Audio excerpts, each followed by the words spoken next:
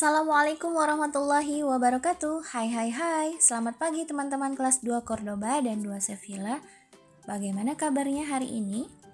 Semoga teman-teman di rumah selalu dalam keadaan sehat, tetap semangat, dan selalu ceria.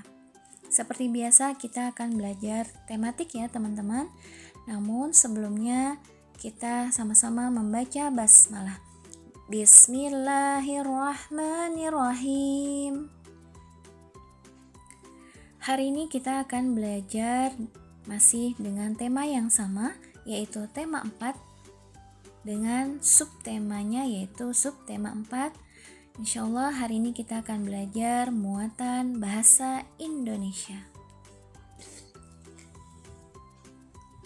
Menuliskan informasi penting dari teks. Setiap teks yang kita baca atau yang kita dengar memiliki informasi penting. Informasi penting dalam suatu teks dapat ditemukan dengan langkah-langkah berikut. 1. Bacalah teks secara keseluruhan dengan seksama. 2. Tandailah kata yang tidak teman-teman pahami artinya. 3. Carilah arti kata tersebut dengan bertanya pada guru atau orang tuamu. Dan yang keempat, tulislah informasi tersebut menggunakan bahasamu sendiri. Simaklah teks berikut. Manfaat hutan kota. Tahukah kamu apa itu hutan kota? Hutan kota merupakan hutan yang terletak di daerah perkotaan. Hutan kota memiliki banyak manfaat. Hutan kota dapat mengurangi polusi udara. Pohon-pohon di hutan kota dapat menyaring udara kota yang kotor menjadi lebih bersih. Informasi penting dalam teks manfaat hutan kota yaitu: pertama, hutan kota dapat mengurangi polusi udara. Kedua, pohon di hutan kota dapat menyaring udara yang kotor menjadi bersih. Membacakan laporan hasil pengamatan yang telah dibuat. Laporan hasil pengamatan yang teman-teman buat dapat disampaikan kepada orang lain.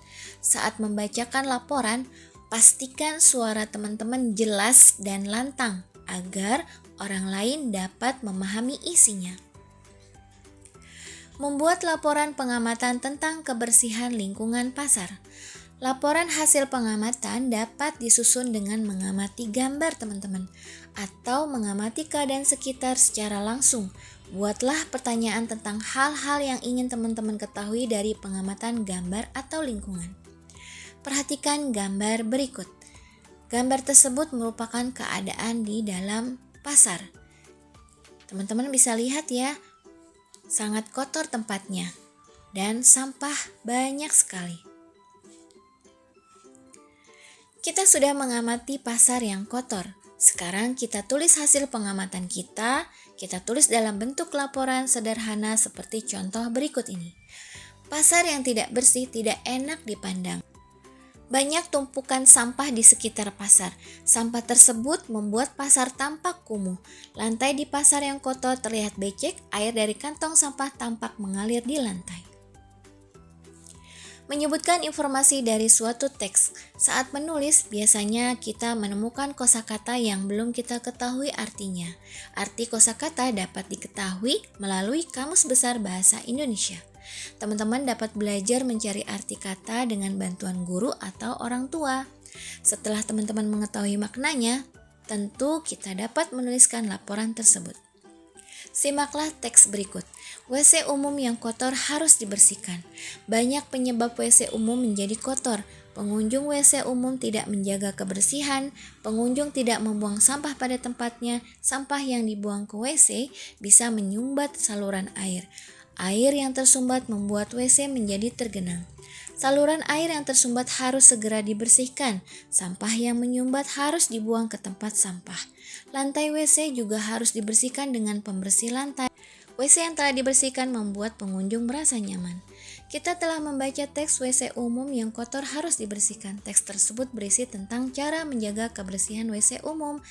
Kemudian pengguna tidak boleh membuang sampah di WC umum dan petugas kebersihan juga harus membersihkan lantai WC umum.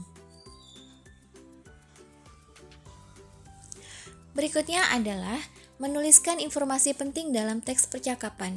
Kita dapat menemukan informasi dalam teks percakapan. Untuk menemukan informasi dalam teks percakapan, kita perlu membacanya dengan cermat dan teliti. Carilah arti kata yang belum teman-teman pahami. Carilah di dalam kamus atau dengan bertanya kepada guru. Simaklah teks percakapan berikut. Pak Guru, ayo anak-anak, sekarang kita pilah-pilah sampah ini sesuai jenisnya. Pisahkan sampah organik dan anorganik. Dedi bertanya, apa itu sampah organik dan anorganik, Pak? Sampah organik adalah sampah yang berasal dari makhluk hidup. Misalnya kertas, daun kering, sisa sayuran, dan buah-buahan. Sampah anorganik adalah sampah yang berasal dari benda tak hidup, misalnya kaleng, kaca, logam, dan plastik. Simaklah teks percakapan berikut. Komang bertanya, mengapa sampah harus dipisah-pisahkan, Pak? Sampah dipisahkan agar mudah didaur ulang, Komang. Sekarang aku tahu manfaat keranjang sampah yang dibeda-bedakan. Komang menjawab, iya, aku juga. Mulai sekarang kita harus membiasakan diri membuang sampah sesuai jenisnya.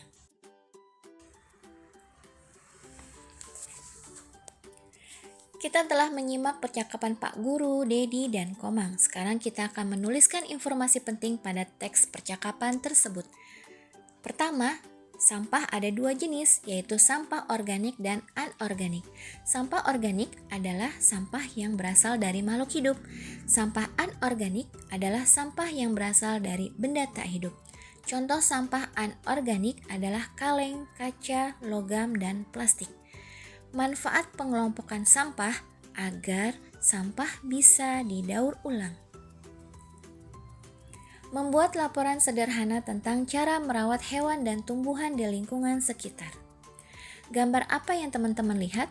Adakah gambar tersebut berkaitan dengan cara merawat hewan dan tumbuhan? Perhatikan contoh membuat laporan sederhana. Hewan dan tumbuhan harus selalu kita rawat. Kita bisa merawat hewan dengan berbagai banyak cara. Salah satunya memberi makan hewan secara teratur. Selain hewan, tumbuhan juga harus selalu dirawat. Kita bisa merawat tumbuhan dengan cara menyiramnya. Demikianlah pembelajaran tematik pada hari ini.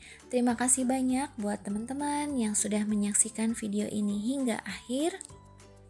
Tetap semangat, tetap jaga kesehatan, jangan lupa selalu berdoa kepada Allah Subhanahu wa Ta'ala. Jadilah anak yang soleh dan soleha dan menjadi anak kebanggaan dari ayah bunda.